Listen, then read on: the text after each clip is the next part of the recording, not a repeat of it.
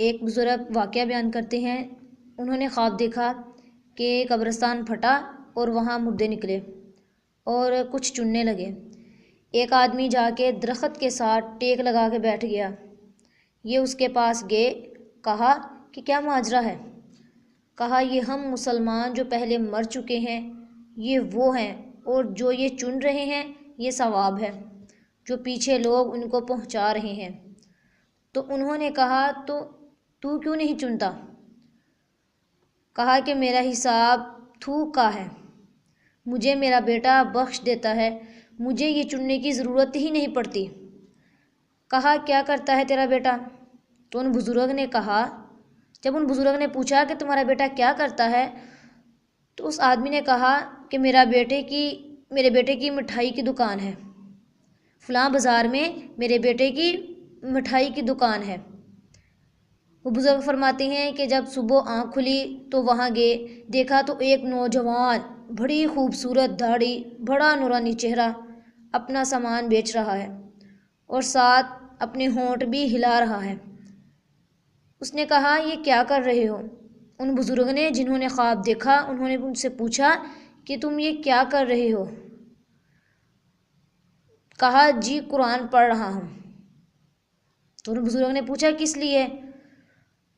اس نے کہا جی میرے باپ نے میرے اوپر احسان کیا اور مجھے قرآن شریف پڑھا دیا اور میرے لیے رزق کا انتظام کیا اور میرے لیے سارے پاپڑ بیلے، میں چاہتا ہوں کہ اس احسان کا بدلہ دوں۔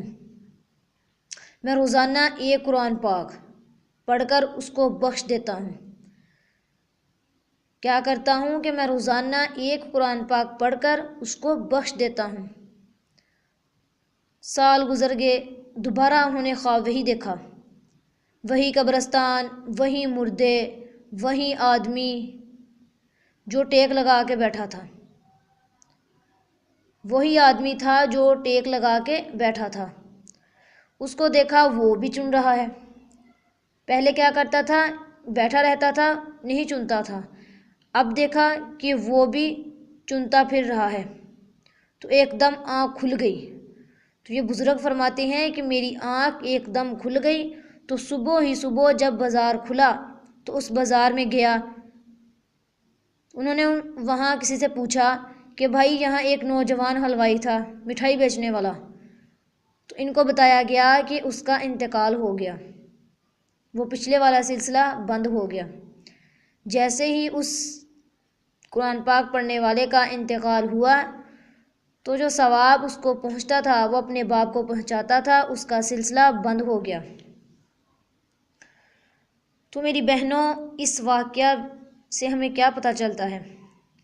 اس واقعہ میں حافظ قرآن بچے کی فضیلت بیان کی گئی ہے کہ حافظ قرآن بچہ اپنے ماں باپ کے لیے کتنا بڑا ذخیرہ ہے، اپنے ماں باپ کے لیے کتنا بڑا سرمایہ ہے، کتنا بڑا ذخیرہ ہے۔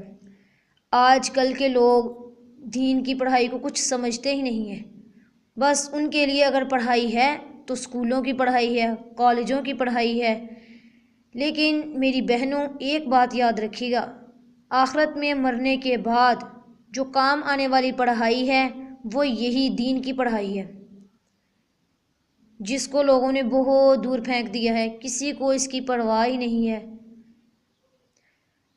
آج کل بچیوں کو کیا کہیں، ماں باپ پر، والدین پر یہ جنون سوار ہے کہ ہمارے بچے ایم اے کر لیں، ہمارے بچے بی اے کر لیں، ہمارے بچے پی ایچ ڈی کر لیں۔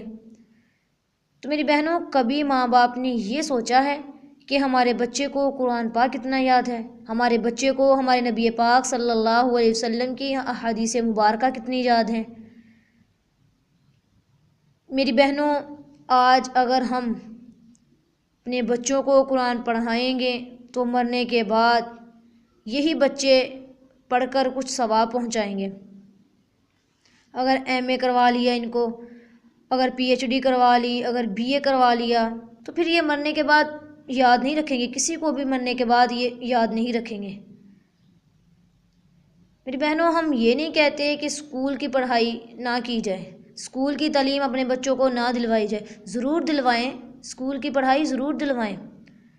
اس سے آپ اپنے بچے کی دنیا تو سنوار رہے ہیں، لیکن اس کی آخرت کی بھی فکر ہے کسی کو؟ تو میری بہنوں، اپنے بچوں کی آخرت کی بھی فکر کریں، ان کو قرآن پاک کی تعلیم بھی دلوائیں۔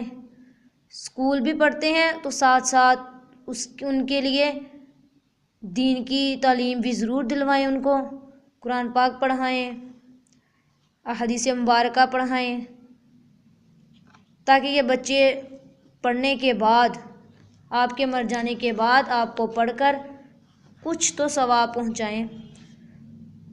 ورنہ اگر بچوں نے کچھ بھی نہ پڑھا ہو تو وہ پڑھ کر کیا بخشیں گے کسی کو؟ بچوں نے خود نہیں پڑھا ہوگا تو وہ دوسروں کو کیا بخشیں گے؟ اللہ رب العزت تمام والدین کو اپنے بچوں کی آخرت کی فکر کرنے کی توفیق عطا فرمائے۔